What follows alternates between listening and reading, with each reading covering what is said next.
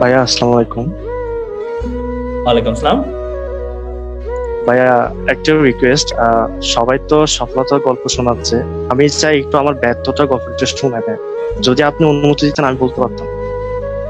আচ্ছা, ঠিক আছে, বল। হ্যাঁ, আমি নটরডেমের স্টুডেন্ট। তো গ্রুপ নাম্বার আমি আপনাদের কাছ থেকে সবার থেকে গ্রুপ রাখবো।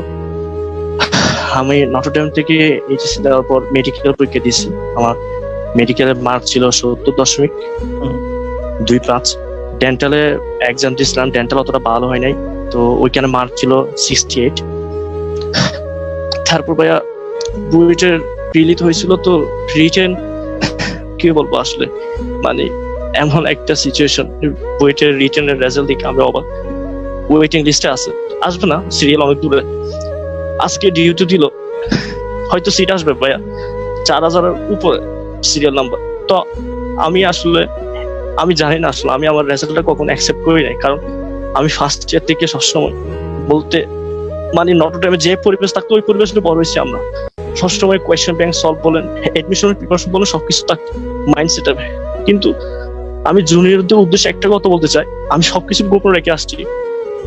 একটা কথা বলবো ভাইয়া, কখনো রিলেশন করিও না। আমার লাইফের আজকে এই স্টেজ আসছে একমাত্র রিলেশনের জন্য।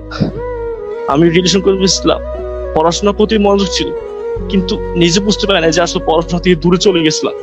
করোনাকালীন সময়ে একটু পড়াশোনা করা হয় নাই। আজকে রেজাল্ট বলতে হচ্ছে আজকে আমার এইরকম অনেক ক্লোজ ক্লোজ রেজাল্ট করে আজকে আমার ফ্যামিলি থেকে বলতে হচ্ছে অনেক দূর।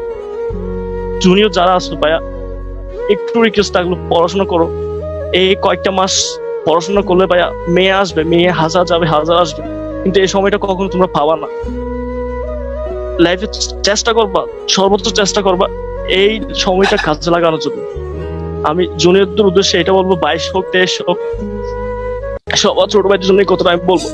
তোমরা চেষ্টা করবা, সর্বোচ্চ চেষ্টা করবা যেন পড়াশোনা এবং মা বাবার কষ্টটা দিকে থাকানোর জন্য। আমি কক্সবাজারের সন্তান ছিলাম, আমি কক্সবাজার থেকে নটরডেমে চান্স পেয়েছিলাম, অনেক গ্রামের স্টুডেন্ট ছিলাম আমি, কিন্তু আসলে বুঝি না যে আসলে এরকম যে একটা কালো জগতে যে পা দিয়ে দেবো আমি আসলে কখনো কল্পনা করিনি। তো আসলে আমি জানি না আমার কপালে কি আছে। আমি হয়তো আমার দাবিতে হয়তো সিট আসবে, আমি জানি হয়তো একটা সিট পাবো, কিন্তু যে আশা ছিল, যে ছোট থেকে বড় একটা যে স্বপ্ন নিয়ে বড় ছিল, ওইটা কখনো আমার হয়তো বা পূরণ হবে না হয়তো বা। জনের উদ্দেশ্যে এই কথাটাই আমি বলবো যে রিলেশনটা কখনো করিও না, পড়াশোনা ঠিক মতো করিও, বা আমার কষ্ট দিয়ে তাকাও ভাইয়া। কয়েকটা মাস কষ্ট করলে তোমার সারাটা জীবন সফলতার মতো ফুল দিতে থাকবে। ধন্যবাদ ভাই, আসলে এই কথাটা আসলে আচ্ছা, বলা